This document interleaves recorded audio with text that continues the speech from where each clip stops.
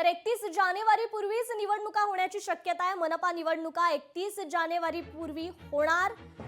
आज महापालिका निवडणुकीचं बिगुल वाजणार आहे, त्यातच आता हे सर्व समजणार आहे। आज दुपारी 4 वाजता निवडणूक आयोगाची पत्रकार परिषद आहे।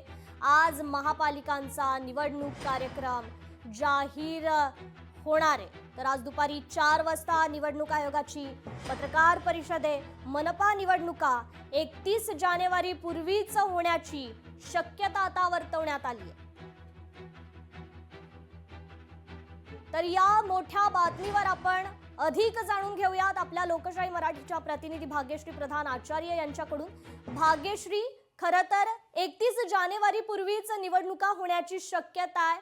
भरपूर प्रतीक्षेनंतर खरं तर आता ही जी आजची पत्रकार परिषद होतीये त्यात निवडणुकीचं बिगुल महापालिकेचं वाजणार का हे पाहणं महत्त्वाचं ठरणार आहे। काय या संदर्भात अधिकची अपडेट?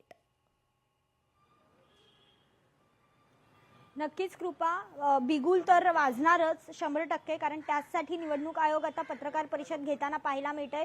ऑलरेडी नगरपालिकांची निवडणुका झालेल्या आहेत 2 तारखेला आणि त्याचे जे रिझल्ट आहेत ते 21 तारखेला येणं अपेक्षित आहे। या रिझल्टमध्ये देखील प्रचंड मोठा गोंधळ झाला होता, कारण प्रकरणं सगळी न्यायालयात गेली होती। एक्सीड आरक्षण झालं होतं, त्यामुळे ही सगळी प्रकरणं न्यायालयात गेलेली होती आणि त्यानंतर त्याचा रिझल्ट जो आहे तो 21 तारखेला येणं आता अपेक्षित आहे। असं असताना निवडणूक आयोगाने जिल्हा परिषदाच्या तारखा आणि महापालिका तारखा मात्र राखीव ठेवलेल्या होत्या। आज मात्र आपण बघतोय की आज ह्या तारखा ज्या आहेत त्या जाहीर होणार आहेत।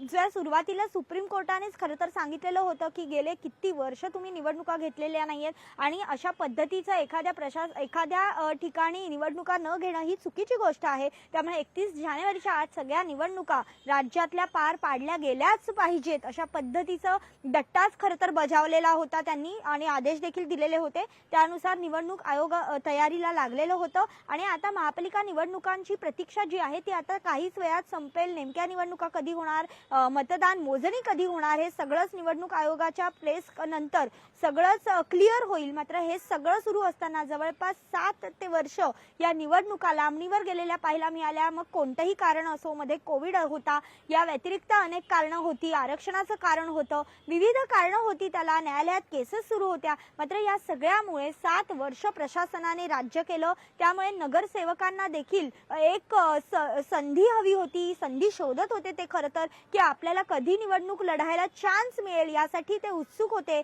आता आपण बघतोय की आता देखील एक जी आपण म्हणू शकतो की स्पर्धा जी आहे नगरसेवकांमधली ती देखील आता लवकरच सुरू होईल।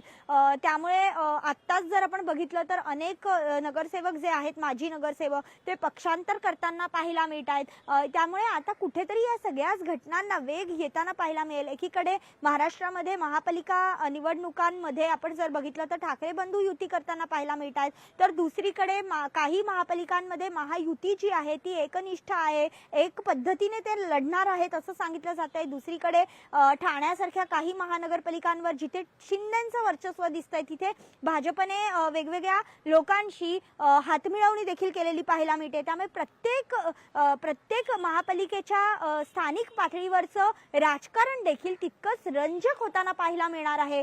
कोण कोणाबरोबर हातमिळवणी करतंय, कोण कोणाबरोबर जातंय आणि कोण कोणाशी जवळीक साधतंय आणि फारकत घेतंय हे सगळं बघणं या निवडणुकीमध्ये रंजक ठरणार आहे। कारण आपण जर बघितलं तर मुंबई महापालिका एक राज्य जितकं आहे बजेट, राज्याचं जितकं बजेट असतं तितकं एका मुंबई महापालिकेचं बजेट आहे। आणि हे सगळं असताना दुसरं जर बघितलं तर पुणे महापालिका आहे, पिंपरी चिंचवड महापालिका आहे, संभाजीनगरची महापालिका आहे, या सगळ्या महापालिका अत्यंत महत्त्वाच्या आहेत।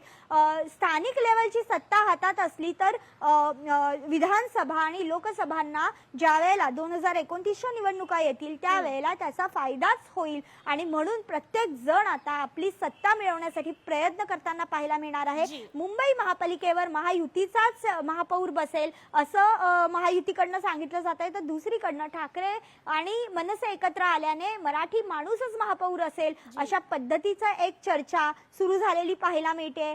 त्यामुळे आजचं निवडणुकांचा तारखा जाहीर होता क्षणी अनेकांनी पत्रकार परिषदा देखील नेत्यांपैकी घेतलेल्या पाहायला मिळतात। त्यामुळे नेमकं हे कशा पद्धतीने रंजक होत आहे आणि किती तारीख निवडणुकीची पडते हे बघणं आता अत्यंत महत्त्वाचं ठरणार आहे। कृपा, निश्चितच भाग्यश्री, धन्यवाद आपण दिलेल्या या सविस्तर अपडेट संदर्भात। लोकशाही मराठी ऐका, पहा, जागरूक रहा.